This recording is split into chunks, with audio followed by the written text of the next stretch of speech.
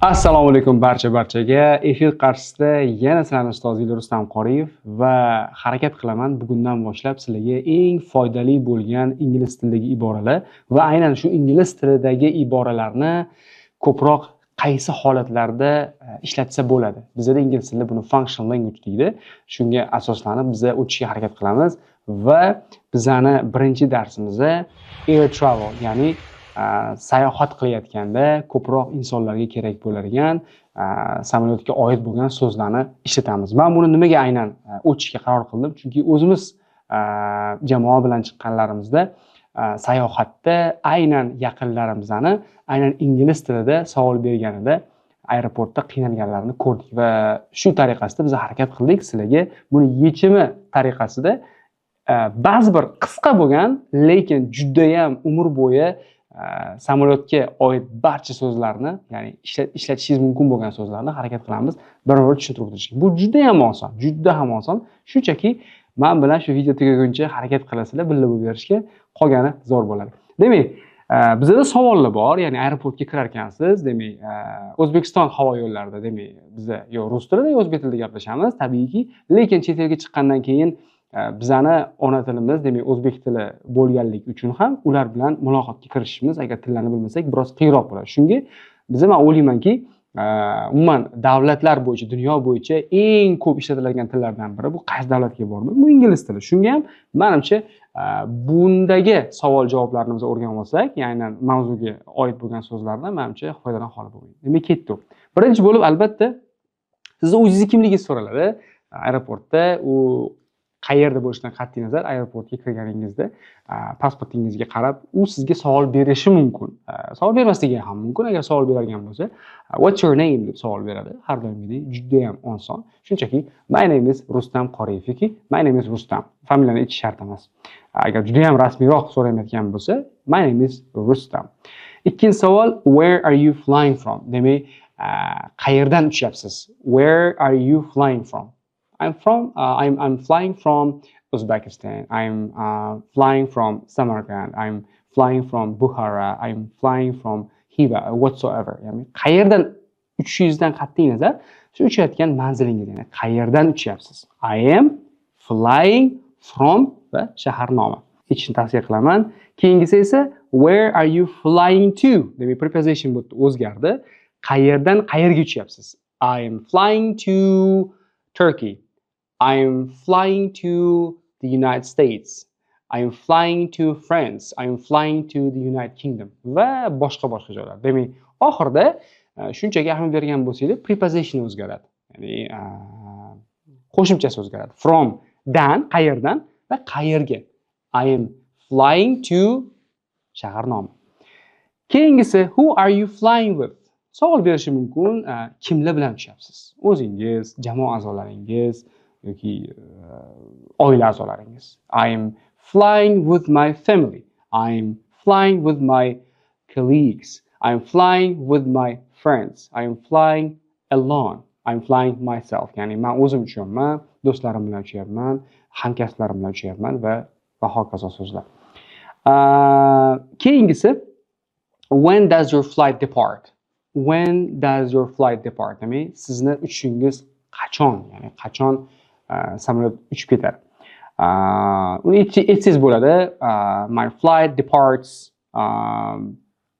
May the 2nd on Tuesday at 2 o'clock yoki 2 p.m.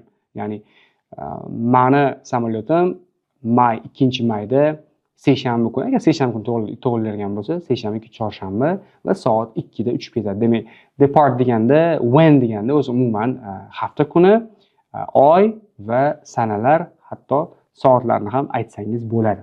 Depart, esingizda tursin, depart. Ingliz tilida aytadi-ku, departure lounge, ya'ni kutish zali, uchib ketish zali.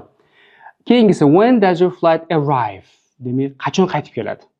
Arrive. Ya'ni xuddi aytsangiz bo'ladi, bir haftadan keyin 5-May, May the 5th at 4 o'clock, on Friday or on Saturday. Shanba yoki yakshanba kuni qaytib keladi desangiz bo'ladi. Demak, bittasi qachon uchib ketadi, bittasi qachon uchib qaytadi, ya'ni qachon qaytasiz.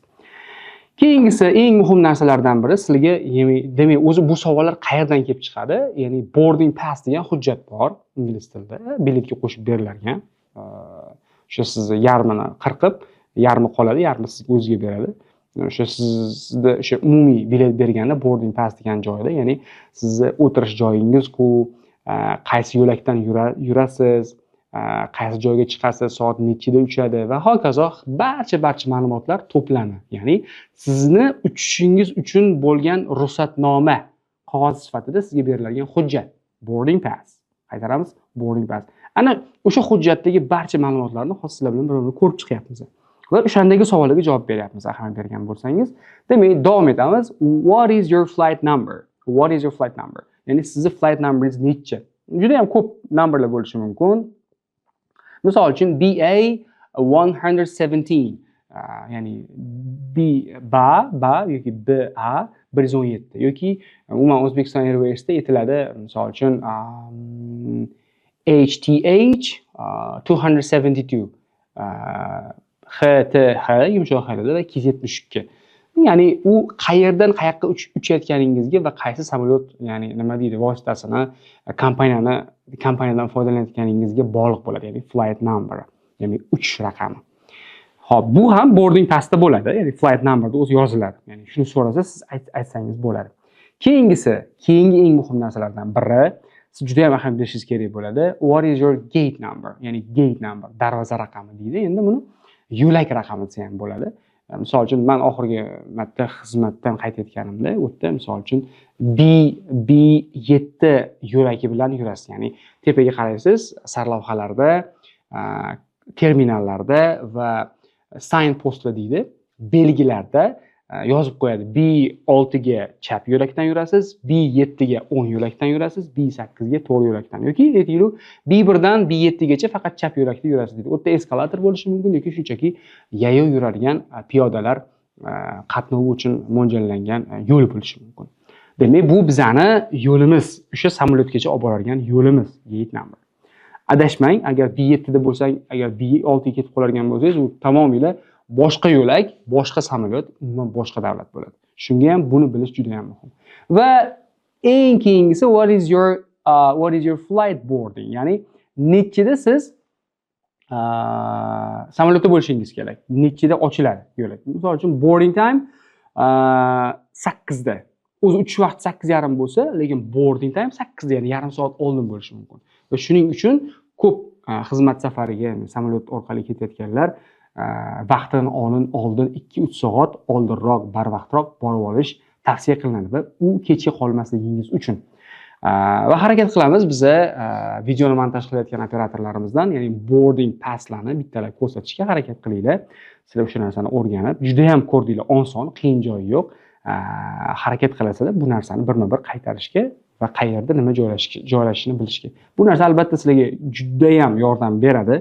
Xizmat safariga borar ekansizlar, ketar ekansizlar, uni ingliz tili xoh bilinglar, bilmaylar. Ya'ni bu narsalar juda ham muhim bo'lgan narsalar bo'ladi. Ya'ni shunchaki savollarga javoblar, ya'ni nima qayerda joylashganligini bilish uchun.